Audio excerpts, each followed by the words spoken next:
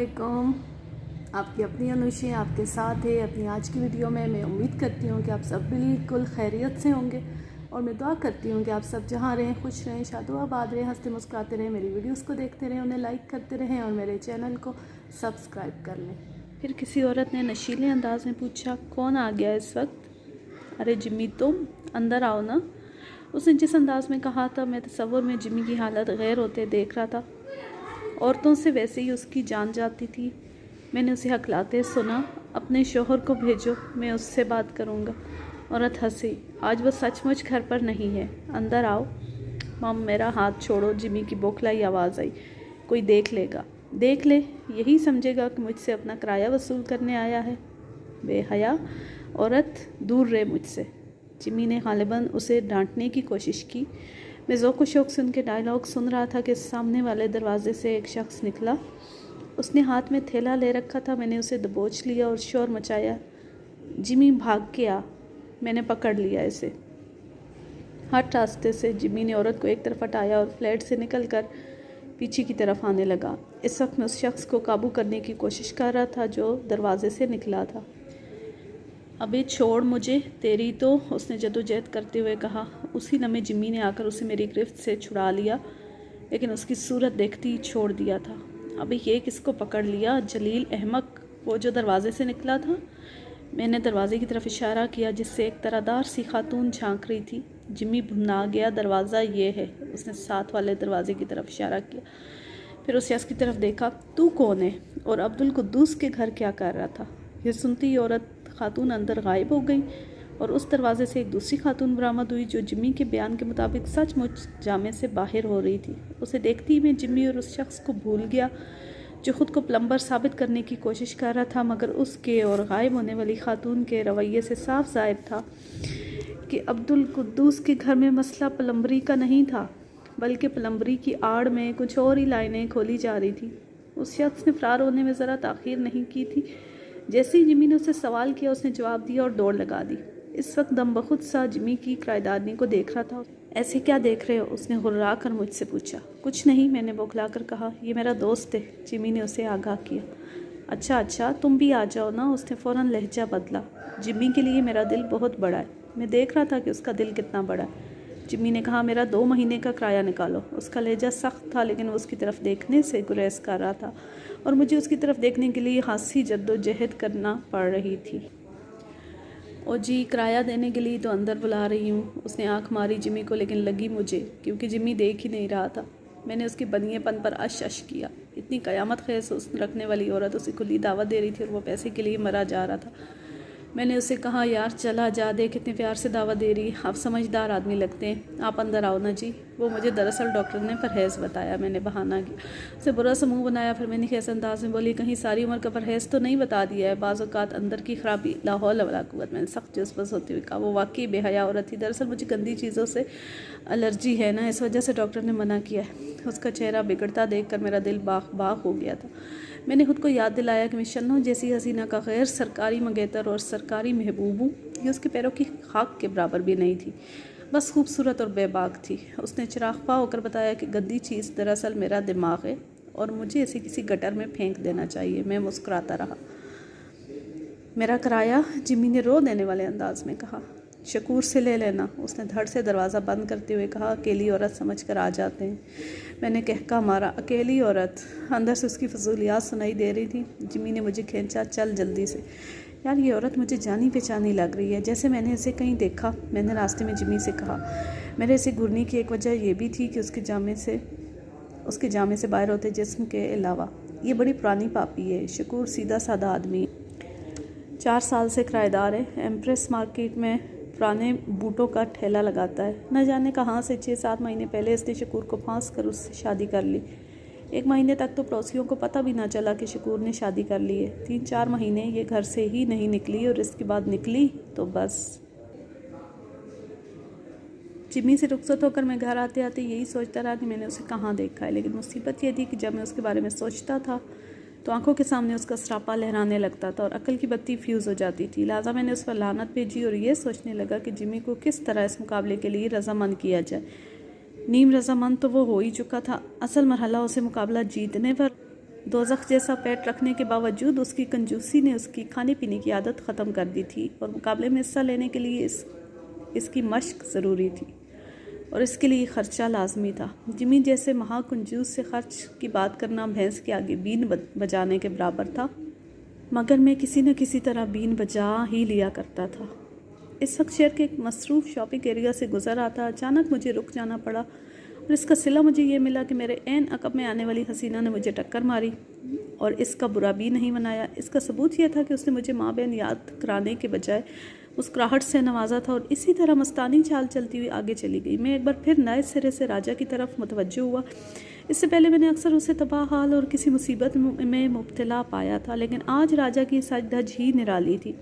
उसने शानदार किस्म का 3 पीस सूट पहन रखा था। अपने 5 फुट 2 इंच कामत में इजाफे के लिए उसने 4 इंच के मोटे सोल वाले जूते पहन रखे थे। किसी अच्छे ब्यूटी सैलून से उसने बाल बनवाए थे और हल्की सी फ्रेंच कट दाढ़ी रख ली थी। आंखों पर हल्के सुनहरी फ्रेम के सन ग्लासेस के साथ वो जच रहा था। उसके साथ आरफा थी, यानी नादिर शाह की दुख्तरे बदअख्तर। उसने राजा का हाथ थाम रखा था जैसे उसे खदशा हो कि वो भी फ़रार हो जाएगा। वो एक शानदार सी कार से उतरे थे। ये नए मॉडल की हुंडा सिटी थी जिसे एक वर्दी पोश ड्राइवर चला रहा था और मेरे देखते ही देखते वो एक ज्वेलरी शॉप में दाखिल हो गए। अल्लाह खैर करे, मैंने सर हिलाया। लगता है राजा अपने हिस्से की रकम एक ही दिन में उड़ाने की कोशिश कर रहा है। मैंने ज्वेलरी शॉप में जाने की कोशिश नहीं की, अलबत्ता इसके बाहर शोकेस में रखे ज़ेवरात देखने के बजाय राजा और आरफा का मुआयना किया। हैरत अंगेज़ तौर पर दोनों का अंदाज़ ऐसा था जैसे ख़ानदानी दौलतमंद जोड़ा ज़ेवरात की ख़रीदारी करने आया है। आरफा बेहद कीमती सेट भी ऐसे देख रही थी जैसे वो कोई मामूली सी शे हो। इनके अंदाज़ को देखते हुए ज्वेलर ने ख़ास सेट मंगवाने शुरू कर दिए। गार्ड ने इतनी देर से खड़े पाकर मुझे घूरना शुरू कर दिया था, लिहाजा मैंने उससे बात शुरू कर दी। और खान साहब क्या हाल चाल है? मैंने सलाम करके उससे ज़बरदस्ती हाथ मिलाया। बच्चे ठीक है? ठीक है, उसने बौखला कर कहा। और तुम कैसा है? फ़र्स्ट क्लास खान साहब, मैंने जवाब दिया। यार ये बताओ, इधर कोई सस्ता जेवर मिल जाएगा? नहीं भाई, उसने सर दाबरी। हमको भी नहीं मिला, इधर बहुत कीमत वाला जेवर मिलता है। अच्छा, मैंने मायूसी से कहा। मुझे अपनी होने वाली बीवी के लिए जेवर चाहिए। तुम उधर जाओ, उसने सड़क के पार एक छोटी दुकान की तरफ इशारा किया। हमने भी अपनी बीबी के लिए उधर से ही लिया है। शुक्रिया खान साहब। मैंने दुकान के अंदर देखा। ऐसा लग रहा था जैसे आरफा को कोई सेट पसंद आ गया। तुम क्या करता है? ड्यूटी से तंग आए खान साहब ने मेरा इंटरव्यू शुरू कर दिया। हम भी तुम्हारी तरह गरीब आदमी है। मैंने आरफा को अपने पर्स से क्रेडिट कार्ड निकाल कर ज्वेलर के हवाले करते देखा। यहाँ से जो मुझे नज़र आ रहा था, ऐसा लग रहा था जैसे उन्होंने कोई 1,00,000-1,50,000 मालियत का सेट पसंद कर लिया था। जब तक मैं खान साहब को इंटरव्यू देता रहा, वो अदायगी करते रहे। मेरे सारे जवाबात इतनी गलत थे जितने के ख़वातीन के रिसालों में छपने वाले इंटरव्यूज़ के जवाबात होते हैं। राजा और आरफा बाहर निकले। मुझे देखकर राजा एक लम्हे को झिझका। मैंने खान साहब से पुरतपाक मुसाफा किया। अच्छा खान साहब, आप कैफ़े डी फ्रांस में मिलेंगे, आ जाना, मैंने नंबर देख लिया है। खान साहब पहुँच के रह गए। क्या मतलब? हम समझा नहीं। जिसको समझाना था वो समझ गया। मैंने राजा की तरफ देखकर आंख मारी तो वो ज़ेरे लब मेरी शान में मदद सराई करता हुआ बढ़ गया। मैं भी अपने रास्ते पर गामज़न था। मुझे 1% भी शुबा नहीं था कि आरफा और राजा ने ज्वेलर के साथ धोखेबाजी की थी। कार किराए की थी, इस पर कंपनी का स्टिकर लगा था। मेरे वहमो गुमान में भी नहीं था कि राजा आरफा के पास होगा। अगर उसके बाप को आरफा का ख्याल भी आया होगा तो उसमें इतनी हिम्मत बहरहाल नहीं थी कि नादिर शाह के घर का रुख करता। नादिर शाह उससे वही सलूक करता जो वह आए रोज़ राजा से करता रहता था। राजा मेरे सामने आकर बैठा अपने साबका हुलिये में। देखने वाला इसे वही राजा समझता, लेकिन मैं धोखा नहीं खा सकता था। उसके हालात में कोई तब्दीली आई थी। राजा, खबीस आदमी, तू सख्त बेमुरवत है। कोई इस तरह भी गायब होता है? मैंने खफकी से कहा। यार सारा मसला अब्बा का है, मुझे उसका डर रहता है, वरना मैं शाजी से भी नहीं डरता। क्यों झूठ बोलकर अपनी दुनिया थाने में और आगे बाद जहन्नम में ख़राब करना चाहता है? जवानी तो पहले ही आरफा के साथ ज़ाया कर रहा है। बकवास मत कर और यहाँ से उठ। कोई ना कोई कमीना अब्बा को मेरे बारे में बताने जा चुका होगा। मैं 2 घंटे से उसका इंतज़ार कर रहा था, इसलिए जब मैं उठा तो छोटा मेरी तरफ लपका। जलील भाई, 4 चाय के पैसे। यार फत्तू सी के हिसाब में लिख ले। अभी ये ले। राजा ने एक 50 का नोट मेज़ पर फेंका। अपने वरदूद बात से कहना, पिछला हिसाब साफ़ कर ले। आज राजा ने मुझे हैरान करने का तहैया कर रखा था। बाहर उसने नई 125 को किक मारकर स्टार्ट किया। मैं उसके पीछे बैठा और उसने बाइक भगा दी। राजा, ये क्या चक्कर है? 25,000 में तू ये सब नहीं कर सकता था, पर सारे काम उसी से संवरे हैं। राजा मुझे एक मयारी किस्म के रेस्तोरां में ले आया। यहाँ 1 महीने पहले तक वो कदम रखने का सोच भी नहीं सकता था। उसने चाय और स्नैक्स का ऑर्डर दिया। तूने सुबह इस ज्वेलर को कम से कम 1 लाख का चूना लगाया है। यार ये तरकीब ज़रा पुरानी हो गई है। ज्वेलर तेरे अंदाज से धोखा खा गया, वरना जो सेट तूने पसंद किया था वो किसी बहाने रोक लेता, मसलन पास कराने के बहाने, और इस दौरान मैं क्रेडिट कार्ड के बारे में तसल्ली कर लेता। मानना पड़ेगा कि तू भी उस्ताद है। राजा ने दांत निकाले। अपने को दुनिया ने पहचाना ही नहीं। मैंने सर हिलाया। तेरा हुलिया देखकर तुम्हें भी दंग रह गया था। तूने गिरगिट की तरह रंग बदला है। अब पूरी कहानी सुना दे। तूने तो आरफा को कबल अज़ निकाह तलाक दे दी थी। ये फिर उसके साथ क्या कर रहा है? बस यार, जो मज़ा लड़ाई के बाद आता है वो किसी और शे में नहीं होता, उसने गोल मोल अंदाज में कहा। तू अपने बाप से सुलह क्यों नहीं कर लेता? मैंने भुन्ना कर कहा। वो भी तेरे फ्राक में बेकरार है और तू उसे मिल गया तो वो तुझे गीले कपड़े की तरह नचोड़ देगा, राजा बोला। इसी वजह से तुम्हें अब्बा के हाथ नहीं आ रहा। मेरे बारे में उसके अज़ाम हमेशा ऐसे रहे हैं जैसे फ़लस्तीनियों के बारे में इसराइलियों के हैं। तकरीबन, मैंने राजा से इत्तेफाक किया। खैर, तू बता रहा था अपनी काया पलट के बारे में। क्या? राजा ने अय्यारी से जवाब दिया। देख राजा, मेरे साथ हरामीपन मत कर। मैं जलील-उज़्ज़मा हूँ, आदमी की जड़ तक पहुँच जाता हूँ। मुझे सिर्फ इतना बता कि तू क्या कर रहा है। क्या तू मुझे बताता है कि तू क्या कर रहा है? राजा बोला। नहीं बताता तब भी तुझे पता चल जाता है। वैसे भी तेरे बगैर मुझे काम करने में मज़ा नहीं आता।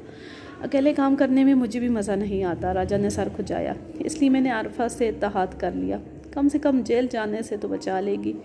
तेरे साथ काम करके मुझे हमेशा ज़िल्लत ही मिली, कभी पुलिस के हाथों और कभी पब्लिक के हाथों और कभी अब्बा के हाथों। उसका लहजा इल्ज़ाम देने वाला था। अब तेरी किस्मत में ये सब लिखा है तो मैं क्या कर सकता हूँ? मैंने फ़ौरन दिफाई अंदाज इख्तियार किया। और याद रख, बल आखिर आरफा भी तेरे साथ कुछ ऐसा ही करेगी। जब करेगी तो देखा जाएगा। अभी तो मैं मज़े कर रहा हूँ। वो बेपरवाही से बोला। क्या तू इतने दिन से आरफा के घर में है? अबे पागल हुआ है? वहाँ शाजी होता है। मैं एक और जगह ठहरा हूँ। आरफा सुबह सवेरे वहाँ आ जाती है, सारा दिन मेरे साथ रहती है, शाम को चली जाती है। यानी तो बग़ैर शादी के हनीमून मना रहा है? मैंने जल कर कहा। जो तेरे नसीब में नहीं लगता। काले मुंह काली ज़ुबान वाले राजा, बकवास मत कर। मैं भुन्ना गया। तू जल रहा है। राजा हंसा। अच्छा राजा की जान, फिर मिलेंगे। उसने 2 लाल नोट मेज़ पर रखे और बाइक की चाबी घुमाता बाहर निकल गया। राजा का अंदाज वाकई बदल गया था। ऐसी तब्दीली मैंने उसमें कभी नहीं देखी थी। इतना एतमाद उसमें था ही नहीं। पहली बार ऐसा हुआ था कि उसने मेरी कोई बात नहीं मानी थी और धमकी में भी नहीं आया था। मैंने गहरी सांस ली और सोचा, ज़रा इस जिमी वाले काम से निमट लूँ तो राजा बेटा तुम्हें और इस हराफा को भी देख लूँगा जिसने जलील से उसका याद छीनने की कोशिश की थी।